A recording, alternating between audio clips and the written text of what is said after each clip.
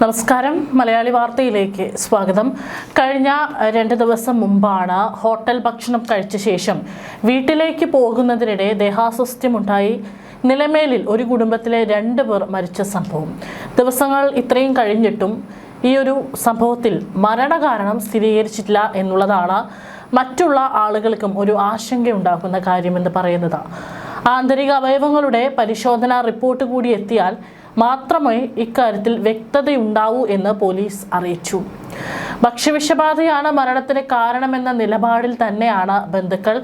ആ ഹോട്ടലിൽ കയറി ഭക്ഷണം കഴിച്ചതിന് ശേഷമാണ് ഇത്തരത്തിലൊരു പ്രശ്നമുണ്ടായത് എന്നുള്ള നിലപാടിൽ ഉറച്ചു നിൽക്കുകയാണ് ബന്ധുക്കൾ.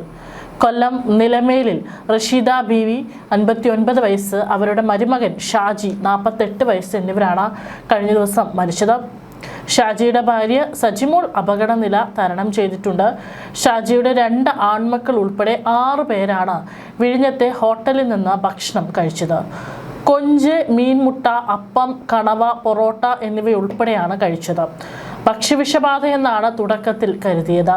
പോസ്റ്റ്മോർട്ടം റിപ്പോർട്ടിൽ മരണകാരണത്തെക്കുറിച്ച് വ്യക്തമായ പരാമർശമില്ലാത്തതിനാലാണ് പോലീസ് മറ്റ് പരിശോധനാ ഫലം കൂടി കാത്തിരിക്കുന്നത്. ഹോട്ടലിൽ നിന്ന് ഭക്ഷണം കഴിച്ചു മടങ്ങിയതിന് പിന്നാലെയാണ് 2 പേർ മരിക്കാനിടയായ സംഭവത്തിൽ ഭക്ഷ്യസുരക്ഷാ വകുപ്പിന്റെ നേതൃത്വത്തിൽ ഇന്നലെയും സാമ്പിൾ ശേഖരിച്ചു. ചിപ്പിയുടെ സാമ്പിളാണ് ഇന്നലെ ശേഖരിച്ചതെന്നും ഭക്ഷ്യസുരക്ഷാ വകുപ്പ് ഓഫീസർ പ്രിയ വിൽഫ്രഡ് പറഞ്ഞു. കഴിഞ്ഞ ദിവസം വിവിധ മത്സ്യങ്ങളുടെ അടക്കം സാമ്പിളുകൾ ശേഖരിച്ചിരുന്നു. ഇവ ഭക്ഷ്യസുരക്ഷാ വിഭാഗത്തിന്റെ തലസ്ഥാനത്തെ ലാബ് കൂടാതെ കൊച്ചിയിലെ കേന്ദ്ര ഇൻസ്റ്റിറ്റ്യൂട്ട് ഓഫ് ഫിഷറീസ് ടെക്നോളജി ലാബിലേക്കും അയച്ചു. സംഭവത്തിൽ വ്യക്തത വരുന്നതുവരെ അസ്മാക് എന്ന ഹോട്ടൽ പ്രവർത്തിക്കരുതെന്നും അധികൃതർ നിർദ്ദേശം നൽകിയിട്ടുണ്ട്. ഹോട്ടലുകളിലെ ഭക്ഷണം കൈകാര്യം ചെയ്യുന്ന ജീവനക്കാർക്ക് മാനദണ്ഡങ്ങൾ പാലിച്ചുള്ള ഹെൽത്ത് കാർഡ് ലഭ്യമാക്കുന്നതിന് ക്യാമ്പ് നടത്തും. ലൈറ്റ് ഹൗസ് മേഖലയിലെ ഹോട്ടലുകളിലെ 164 പേർക്ക് കഴിഞ്ഞ ആഴ്ച കാർഡ് നൽകിയിരുന്നുവെന്നും അധികൃതർ പറഞ്ഞു. അതേസമയം തന്നെ ജനങ്ങൾ സൂക്ഷിക്കേണ്ടതാണ്. ഇത്തരത്തിൽ എന്തെങ്കിലും സംഭവിക്കുമ്പോൾ മാത്രം പോരാ ഇതുമായി ബന്ധപ്പെട്ടിട്ടുള്ള ചർച്ചകൾ. ഏതെങ്കിലും തരത്തിലുള്ള ഭക്ഷണം ആളുകൾക്ക് അലർജി ഉണ്ടെങ്കിൽ തീർച്ചയായിട്ടും അത് പൂർണ്ണമായും ഒഴിവാക്കേണ്ടതാണ്. ഇല്ലെങ്കിൽ മരണം വരെ സംഭവിക്കാനുള്ള സാധ്യത വളരെ കൂടുതലാണ്.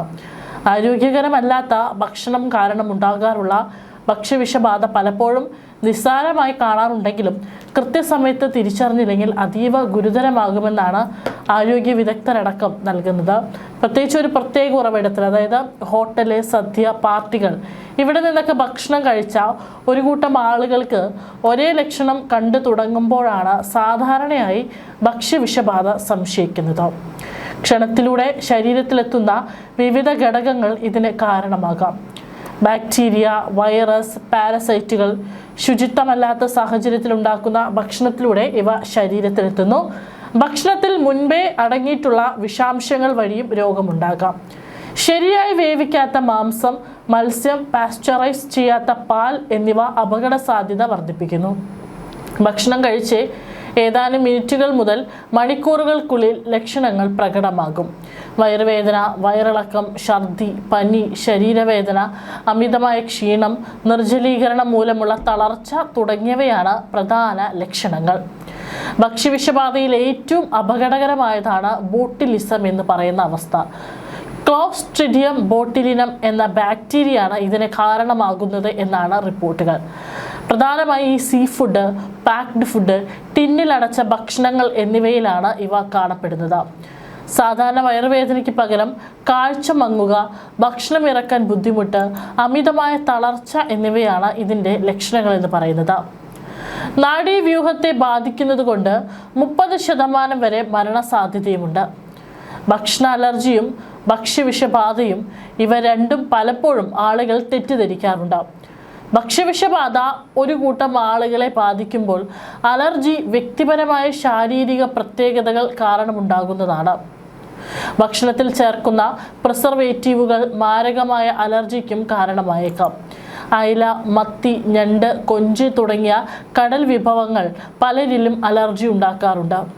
ചൊറിഞ്ഞു തടിക്കുക, ശ്വാസം മുട്ടൽ തുടങ്ങിയവയാണ് ലക്ഷണങ്ങൾ. ഭക്ഷണമുണ്ടാക്കുന്ന ഇടവും വിളമ്പുന്ന ഇടവും വൃത്തിയുള്ളതായിരിക്കണം. ഭക്ഷണം നന്നായി വേവിക്കുന്നത് ബാക്ടീരിയകളെയും വൈറസുകളെയും നശിപ്പിക്കാൻ സഹായിക്കും. ഫ്രിഡ്ജിലെ ഭക്ഷണം പലതവണ പുറത്തെടുത്ത് വീണ്ടും ചൂടാക്കി ഉപയോഗിക്കുന്നതും ഒഴിവാക്കുക. രുചിക്ക് പിന്നാലെ മാത്രം പോകാതെ ഗുണനിലവാരവും ശുചിത്വവും ഉറപ്പാക്കുക. ഭക്ഷ്യവിഷബാധ സംശയിക്കുന്ന 2 മരണങ്ങളാണ് നിലവിൽ റിപ്പോർട്ട് ചെയ്തിരിക്കുന്നത്.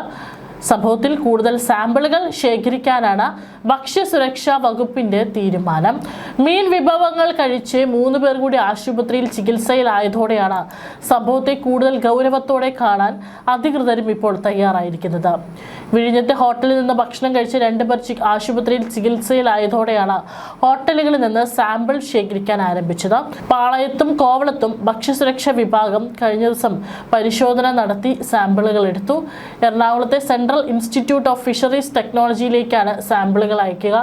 മീനുകൾ പഴക്കമുള്ളതോ രാസപദാർത്ഥങ്ങൾ ചേർന്നതോ ആണോ എന്നറിയാൻ ഇവിടങ്ങളിലെ പരിശോധന കൂടി പൂർത്തിയാകേണ്ടതുണ്ട്.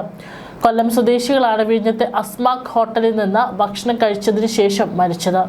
ഇതേ ഹോട്ടലിൽ നിന്ന് ഭക്ഷണം കഴിച്ച 2 പേരുടെ ആരോഗ്യസ്ഥിതിയും വഷളായിരുന്നു. വിഴിഞ്ഞത്തെ ഹോട്ടലിൽ നിന്ന് നൽകിയ ഭക്ഷണത്തിന്റെ ഗുണനിലവാരം വിശദമായി തന്നെ പരിശോധിക്കാനാണ് ഭക്ഷ്യസുരക്ഷാ വകുപ്പിന്റെ തീരുമാനം. അതേസമയം തലസ്ഥാനത്തെ നഗരത്തിലെ പാളയം മാർക്കറ്റിൽ നിന്ന് പച്ച മത്സ്യം വാങ്ങി വീട്ടിൽ പാകം ചെയ്ത് കഴിച്ചവർക്കും ആരോഗ്യ പ്രശ്നങ്ങൾ റിപ്പോർട്ട് ചെയ്തതോടെയാണ് ആശങ്ക വർദ്ധിച്ചിരിക്കുന്നത്. ഫിഷിംഗ് ഹാർബറും മത്സ്യത്തൊഴിലാളികൾ കടലിൽ പോയി മീൻ പിടിക്കുകയും ചെയ്യുന്ന നിരവധി കടപ്പുറങ്ങളുള്ള പ്രദേശമാണ് തിരുവനന്തപുരം നഗരം. കേരളത്തിലെ മീനിൻ്റെ ആവശ്യം മനസ്സിലാക്കി അന്യ സംസ്ഥാനങ്ങളിൽ നിന്നും കേരളത്തിലേക്ക് സാധനം എത്താറുണ്ട്.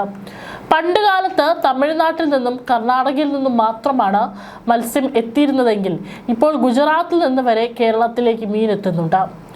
അന്യ സംസ്ഥാനങ്ങളിൽ നിന്ന് ദിവസങ്ങൾ പഴക്കമുള്ള മീൻ കേരളത്തിൽ എത്തിക്കുമ്പോൾ അവയിൽ രാസപദാർത്ഥങ്ങൾ ചേർക്കാനുള്ള സാധ്യത കൂടുതലാണ്. കേരളത്തിലെത്തുന്ന ഇത്തരം മീനുകൾ പരിശോധിക്കാൻ കൃത്യമായ സംവിധാനം ഇല്ലാത്തതും വലിയ വെല്ലുവിളിയാണ്.